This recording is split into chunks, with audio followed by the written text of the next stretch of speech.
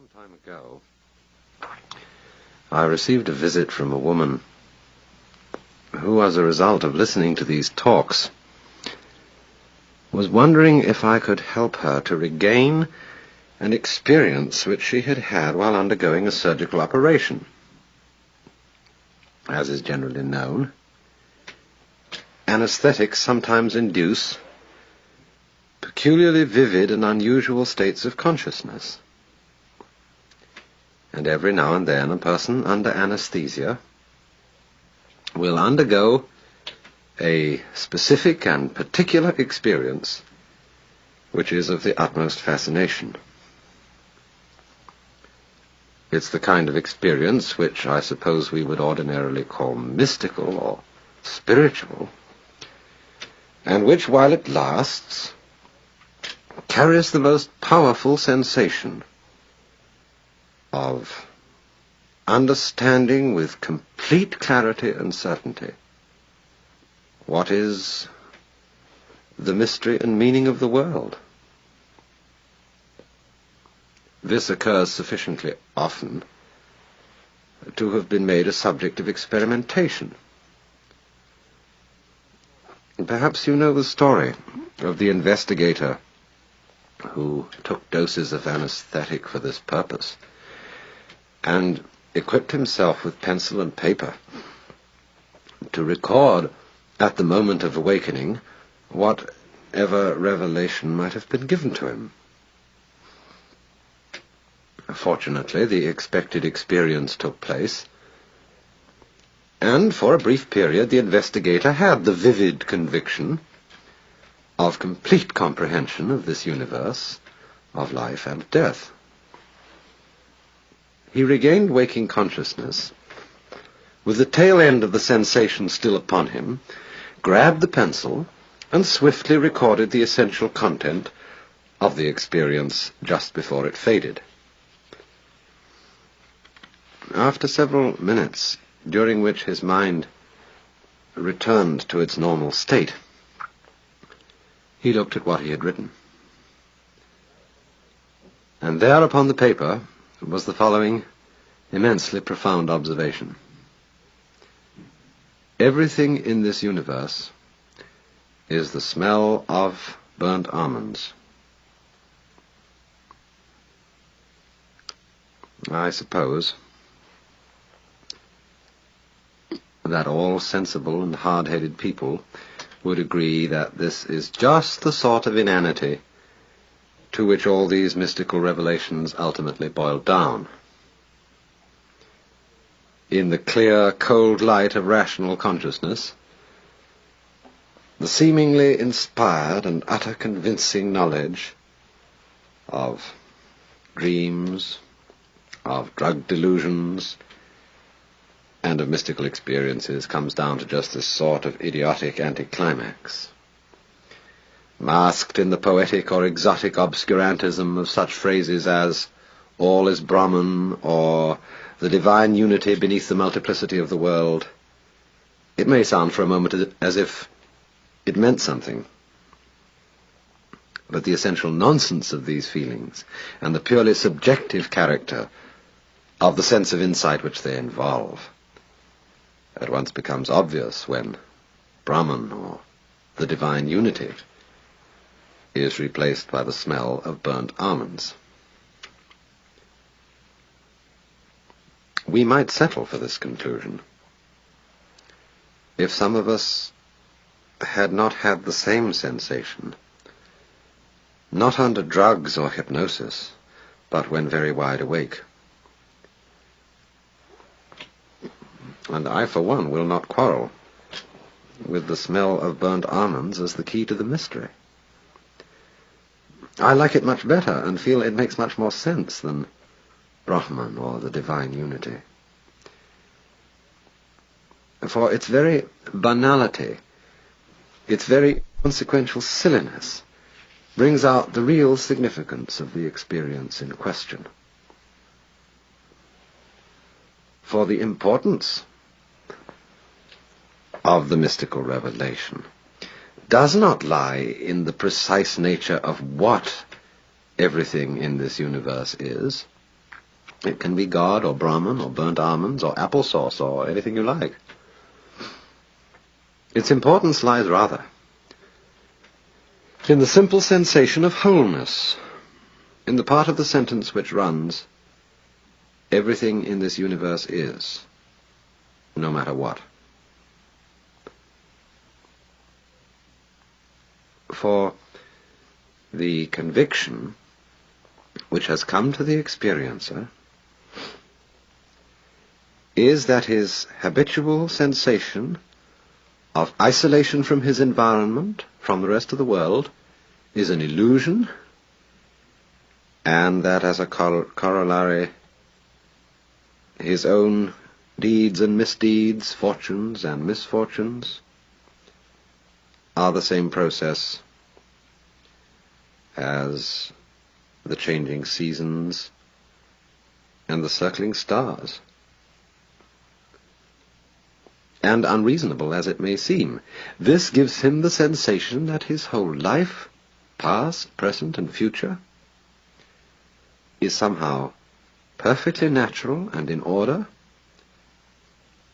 and that he himself is not just the mind enclosed in the skull, but the total process of the world.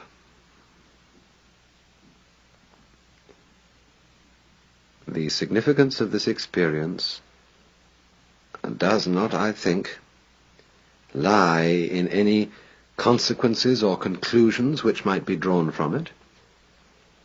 It is not an important experience in the sense that it is useful for some other purpose. It's simply like playing or listening to music, which is obviously phony in the very moment that we do it for some ulterior motive, such as to appear cultured or to convey an ideological message. Its significance for human beings is not like that of, say, the second law of thermodynamics, but like that of the Mozart sonatas or the arabesques on a Persian rug.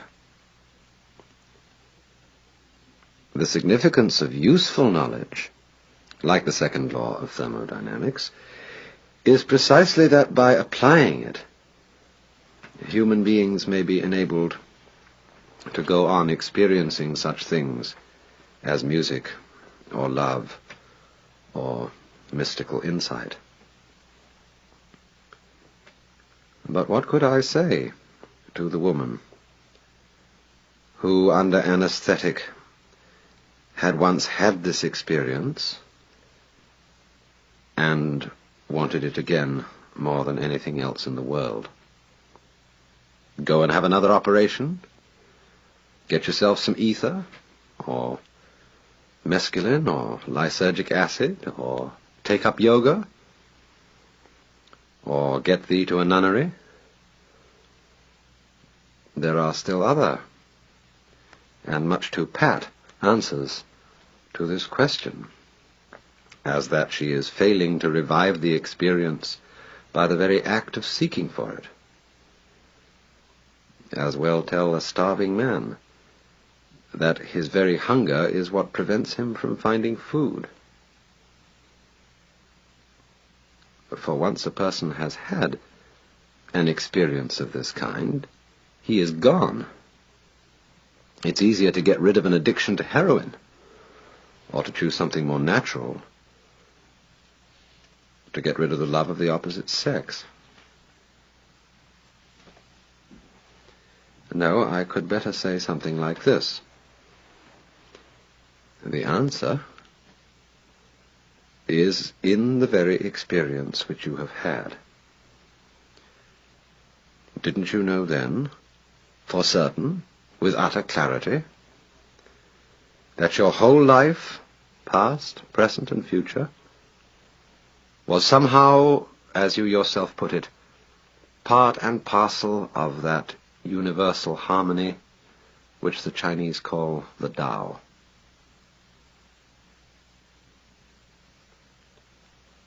I feel sometimes that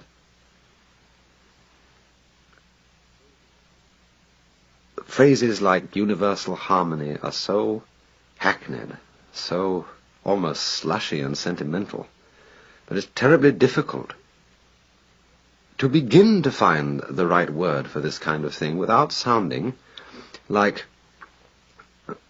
Voltaire's Mr. Pangloss, without sort of jumping on this best of all possible worlds business, because the thing isn't like that at all.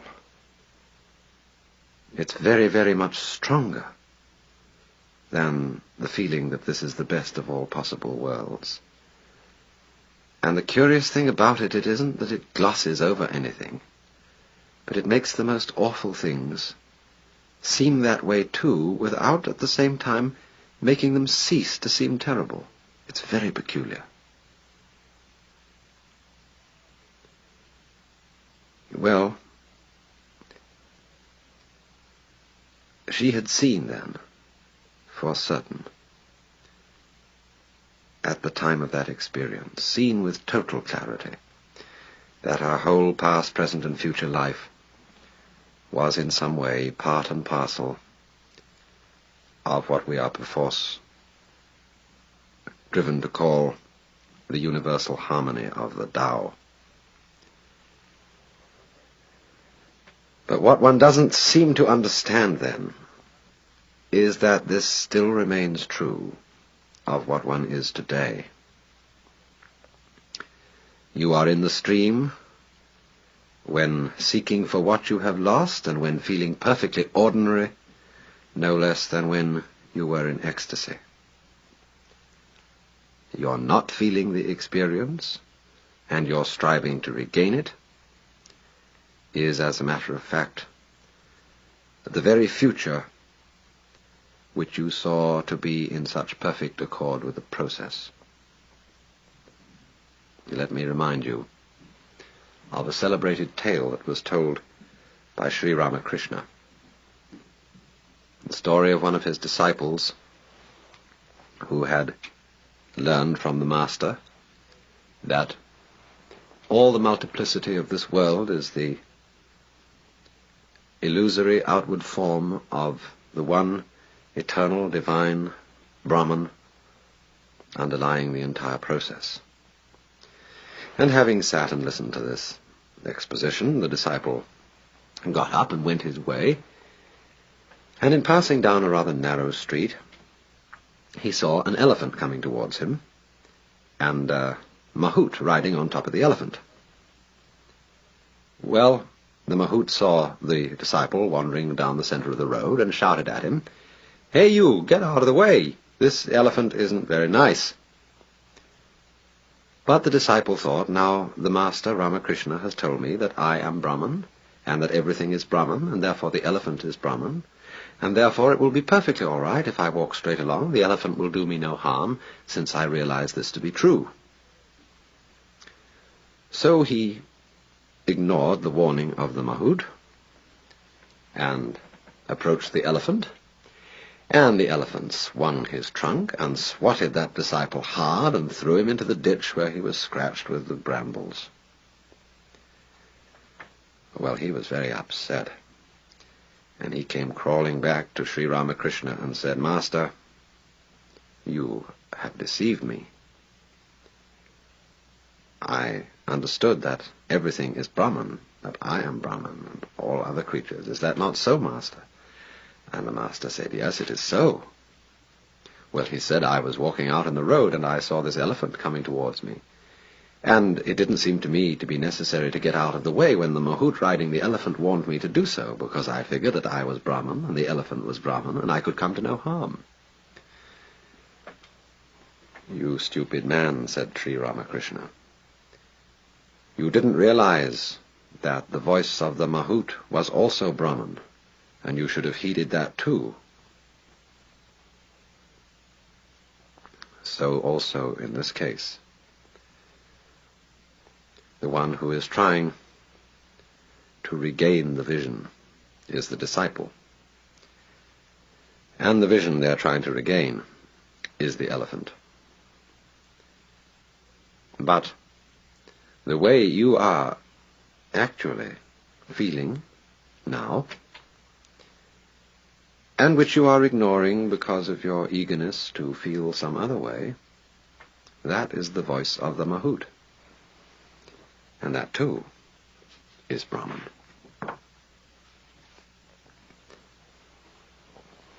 Nine times out of 10, an observation of this kind will mean nothing, and will fall as flat as being told that everything in this universe is the smell of burnt almonds. But the 10th time, it will dawn upon you as a statement of total and luminous clarity. I do not think we need have any fear that this 10th time will never come, for in other circumstances it has come again and again. Think back to school days, when with the utmost care your teacher explained over and over the mysteries of percentage or sentence structure or daylight saving time, and you consistently failed to see the point. And then, suddenly, something clicked in your mind, and the principle became clear. There is a Chinese poem which says, "Words do not make a man understand. It takes the man to understand the words."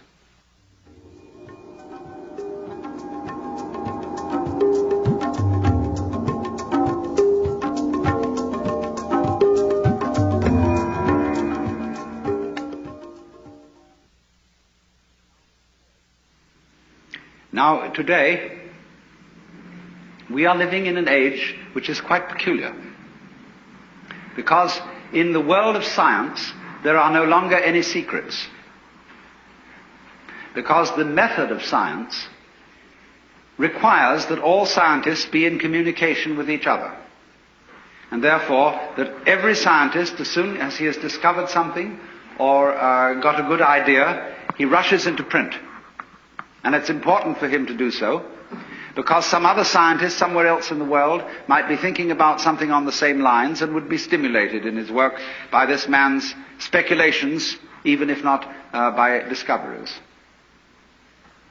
And so the whole scientific world tries to remain in communication. And for this reason, it was absolutely impossible to keep atomic energy a secret. In former ages, that might have been managed, because there were many secrets once upon a time.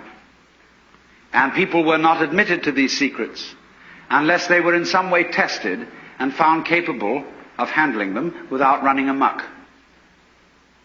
We live in such a dangerous age because all the secrets are out in the open and anybody can run amok with them. And that's just the situation we have to face, and that is just the situation we have to handle.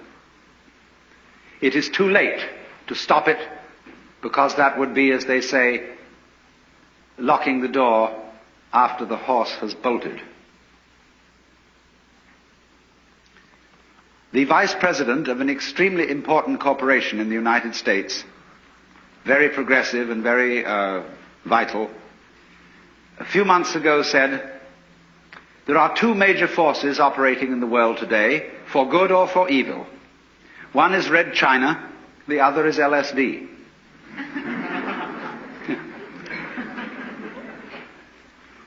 And there is a certain reason why such a thing as a certain chemical, which is capable of opening people's minds in a certain way, should be something extremely disturbing. Because this particular chemical, in common with a number of others that have been known for centuries, but have been rather played cool through those centuries, is capable of doing something which simply cannot be tolerated. That is to say, capable of letting properly prepared individuals, or sometimes improperly prepared individuals, in on a secret which is very closely guarded, and which is, as a matter of fact, the deepest and most fundamental of all our social taboos. I have just finished writing a book, which I've had, with a sort of tongue-in-cheek attitude, had the temerity to call The Book. And it is subtitled, The Book, you see, on the taboo against knowing who you are. Because that is really the thing that cannot be let out. Sex is not really a serious taboo in our culture. If you are initiating a young person into life, and you realize that your son or daughter is going to college, and that you ought therefore to have a serious talk with them, they'll laugh at you and say, all this thing you're telling us about sex, we knew years ago, and we know more about it than you do. So that is not a subject for a serious initiation talk to a young person. So we have to think again and try and find out, think deeply, what is fundamentally taboo in this culture and perhaps in other cultures as well. What information, in other words, would really let the cat out of the bag and give away the show?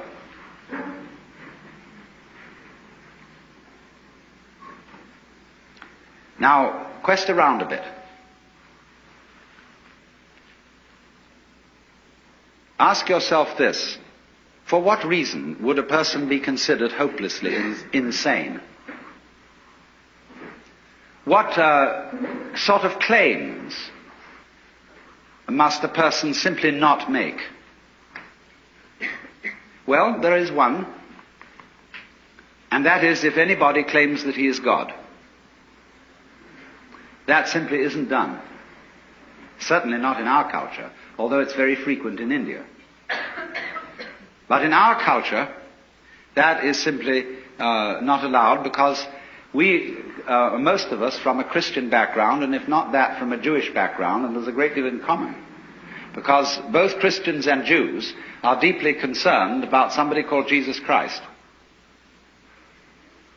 Both Christians and Jews are, in a way, followers of Jesus Christ, in different ways. He is a problem to both. Because he was the man who came out and discovered he was God. And that simply is impermissible. The Jews handled it in one way. The Christians handled it quite as effectively in another way. The Christians handled Jesus perfectly, even more tactfully than the Jews, by putting him on a pedestal and saying, this was the only man who ever was God, and nobody else was really so before, and certainly nobody can be so afterwards. Stop right there. Put him on the altar, bow down to him, worship him, so that everything he had to say will be null and void.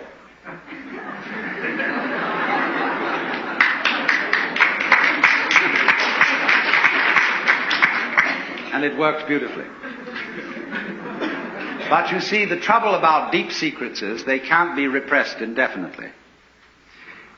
Now here's the problem, you see, that there are certain processes, some of which are what you might call spiritual exercises.